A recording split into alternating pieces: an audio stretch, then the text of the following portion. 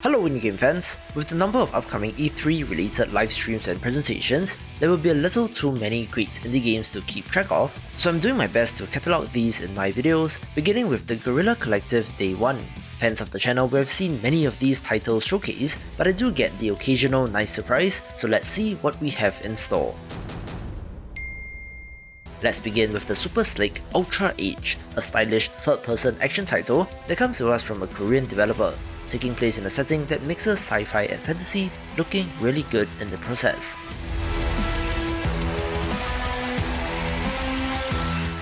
A Devil May Cry-like title may be just what the doctor ordered, where a hero wields a giant blade, has a grappling hook that allows him to zip around the battlefield, and of course, giant bosses are part and parcel of this as well.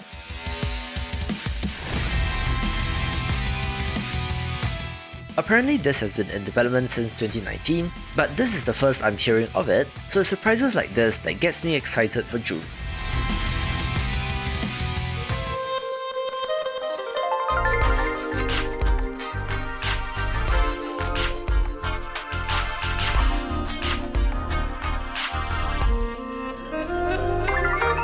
While shoot 'em ups are a dime a dozen in indie games, Super Space Club did get my attention due to the look, where it's an arcade-style shooter with lo-fi beats, looking really pleasant and sleek.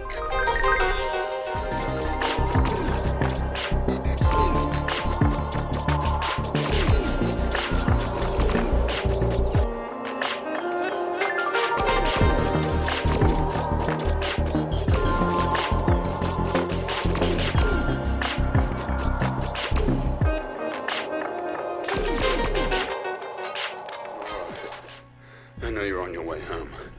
You left the office just when I came in. I don't know if you've heard it yet, but people are gathering at the border controls in Berlin. I have to do it, and I can't wait for you. I don't want to drag you into this. It's serious this time. I'm going in now. An interesting retro throwback FPS is INDUSTRIA, one that's set in a parallel reality near the end of the Cold War, where you stumble into this realm while searching for a missing colleague and have to uncover a dark mystery. The event did show off more of the gameplay, where it really does look like Half-Life 2 in motion, so for that kind of narrative, story-focused first-person shooter, it's one to watch.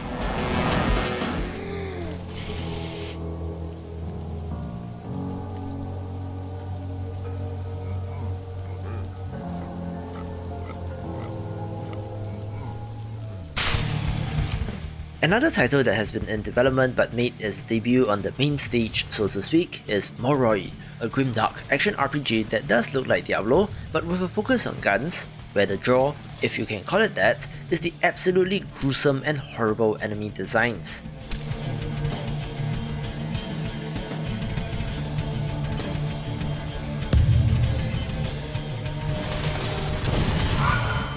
Everything is meaty and squishy, but there are some industrial and mechanized monsters as well, looking to make an impact in the space.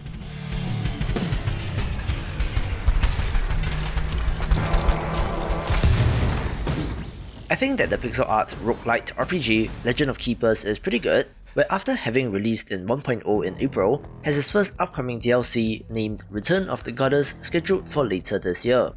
Oh, Gothor! Medium plus Demon of Destruction! The gates have fallen! Heroes are rampaging the temple! We need a miracle! More blood? We could offer you many things! Gold, beasts, shows, or...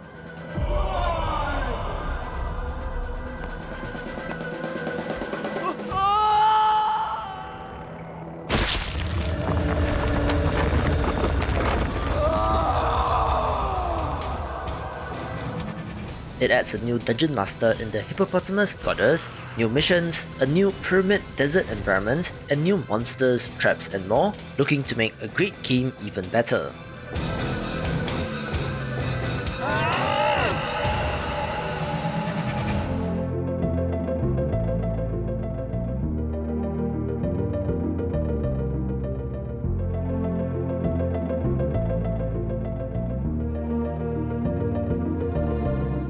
An amazing pixel art title that I thought was Golf Story 2 for a second is RPG Golf Legends. Not the most creative of names, but developers have done it once again with somehow getting me interested in a golf game.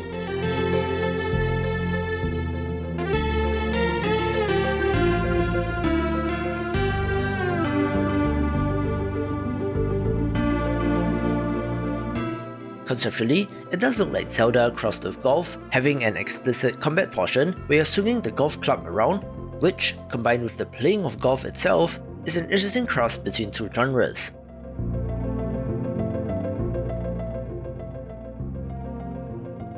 Once upon a time, our lands teemed with creatures great and small. The beauty of the worlds was unrivaled. The people thrived and lived in harmony with the land around them.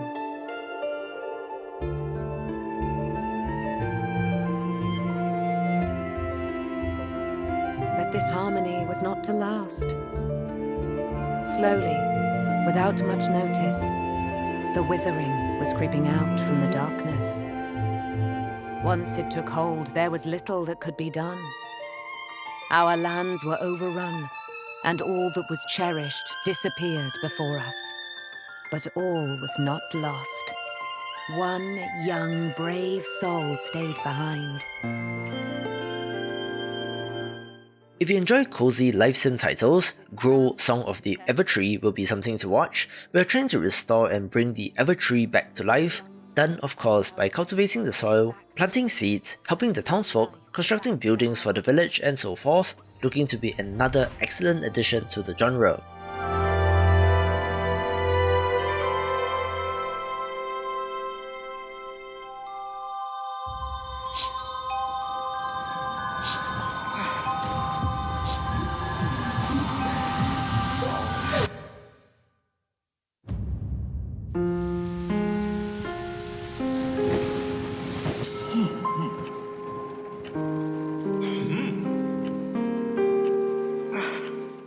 One of the titles that stood out during the presentation is My Lovely Wife, which, by the naming convention, you may know is from the developer of My Lovely Daughter from 2018, and in a similar fashion is darkly disturbing, where in the original, you were raising homunculi to harvest for parts in order to resurrect your deceased daughter. The sequel has you doing a similar thing but for your wife instead.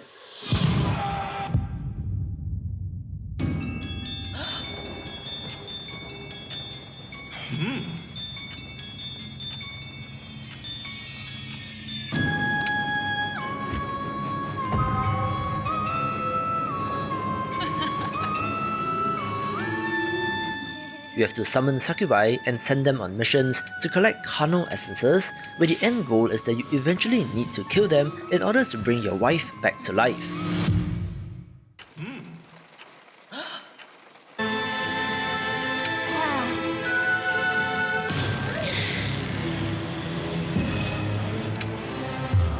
The hand-drawn art is very well done, really evoking the creepiness of this title and setting, especially due to the lack of mouths on the characters, but content warnings should be heeded before you dive into this.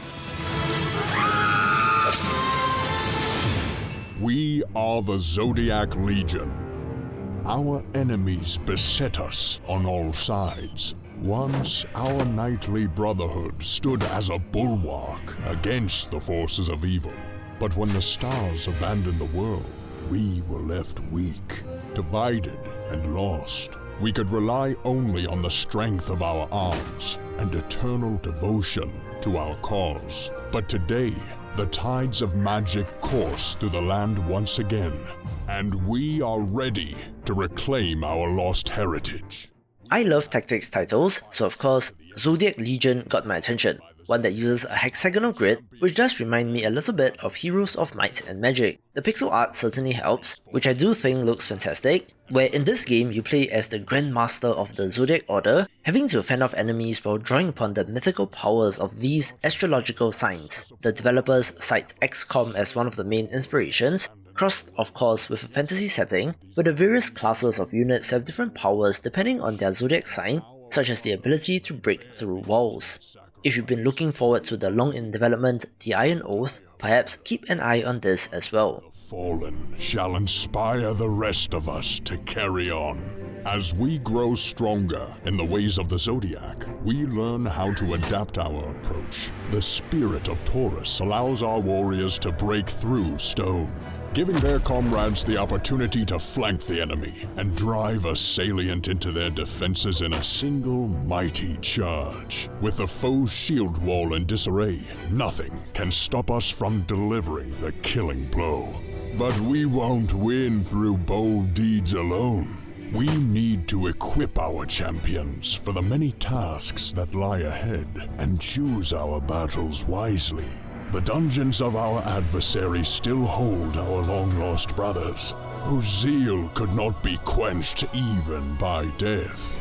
We must rescue them and secure their escape by any means if we are to deliver them safely to our citadel, where their wisdom will drive our scholars towards new discoveries.